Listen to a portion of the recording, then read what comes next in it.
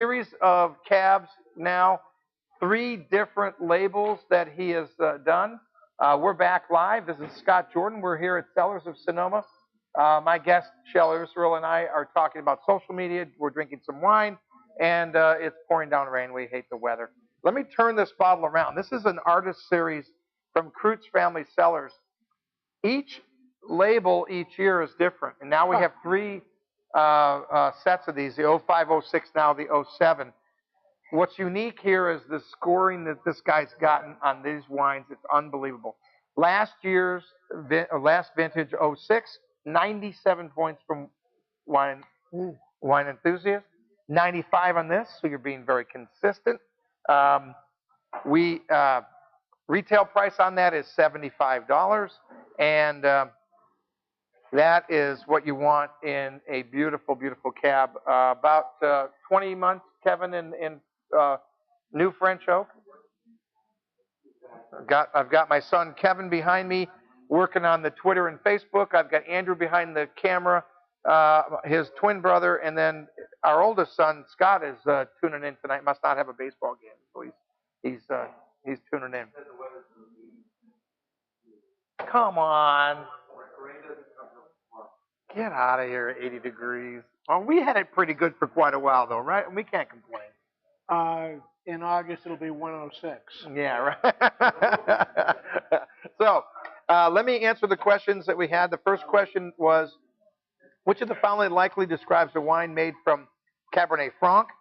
Green peppers, plum, jam, citrus, vanilla and butter, grapefruit and butterscotch. Any guesses out there? Yes, I have a guest who said Cabernet Franc is green and peppery. Green and peppery. It's green pepper. Green and peppers, and that is correct. A Cabernet Franc grape tends to make wines with the lightly structured and herbaceous qualities, especially compared to Cabernet Sauvignon. It plays the lead in the Loire Valley's famous Chinon wine, Chinon wine. Say that again? Chinois. Thank you, Ron. Ron is a wine expert in our room, and we are very happy to have him. He corrects me all the time, which is good. Get it right. Second question was, which of the following likely describes a wine made from Petite Syrah grapes? An elegant, smooth red with berry aromas? Not really. A light-colored, flowery red? No. A tropical flinty white? No. A deep-colored, inky, tannic? Even I knew that. You got that one. It's interesting on Petite Syrah. I get the question on Petite Syrah because they want to know, is it, they're not sure that it's actually a varietal. Well, it really is. And it's typically a very inky wine. Inky meaning when you swirl it in the glass and you look at the wine on the side of the glass, it's staining it. I mean, it really is an inky wine. Normally, it's a blending wine, a wine you want to blend because it's so inky. Yeah. But there are several producers here in California where they grow in Alexander Valley. And in Alexander Valley, the wines tend to be softer and silky. So you get away with a Petite Syrah that you can enjoy as a varietal by itself. So that's those of you got that right. Good information. Want to make sure that you had that information. This last wine is the Kreutz Cabernet Sauvignon 2007. Great vintage year. We think he's hitting it out of the park on all of his wines. He also just added a little shout out to Patrick. He just added the 07 Pinot Noir, which is fabulous. His Chardonnay is coming next week, and it already got 93 points from Wine Enthusiast. This guy's rocking out of the park. He's from Mississippi. Huh. You gotta love that, right? Yeah. Yeah. Good old Mississippi.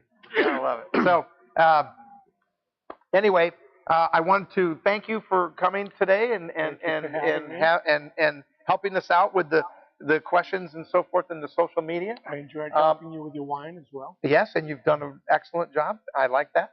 And so if you ever need any help in social media, look up Shel on his on Facebook or Twitter, and he'll be more than happy to help you and move you in that next step. You really need to engage those of you that are in other wineries and are tuning in. you really do have to dive into this thing. You can't ignore it anymore. You're going to be way behind, but you got to get started somewhere. It you know. doesn't hurt. Yeah, it's painless. It's not that scary. This looks really weird. What I was reading earlier looks really odd, and it kind of throws people off a little bit. But there's a method behind all of that, and you need to know that. You can't be that far behind. People used to use it in telegrams, and right. Nobody got intimidated. No, that's right. Back in the way back in the day. So this is where you discover wine one sip at a time here at Cellars of Sonoma in beautiful Railroad Square. Thank you for tuning in. Thank you for being our guest, and we will see you next week with John Banbury from Bono Wines, and we're going to be talking about wine with the winemaker, and we'll have a great time. Also, don't switch off of there yet, Andrew. I want to make sure you guys know Thursday I've got live music. I have Friday John Pita, and we have Gary Violin coming in at 9:30, and then on Saturday we have Robert Herrera. And then on the 26th, don't forget, all of you that think you're a chef, if you take our recipes, one of the 4 recipes from the December Wine Club shipment, and you cook the recipe and bring it here, we're going to have Jack from Jack and Tony's come in, and he's going to be our celebrity chef judge. And the people that are coming will taste your food, blind tasting, and they'll be paired up with the wines.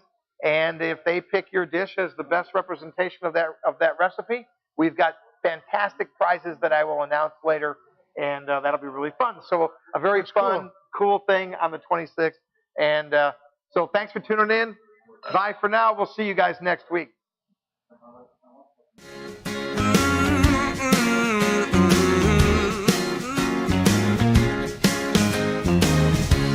I might have to wait, I'll never give up. I guess it's half timing and the other half's luck. Wherever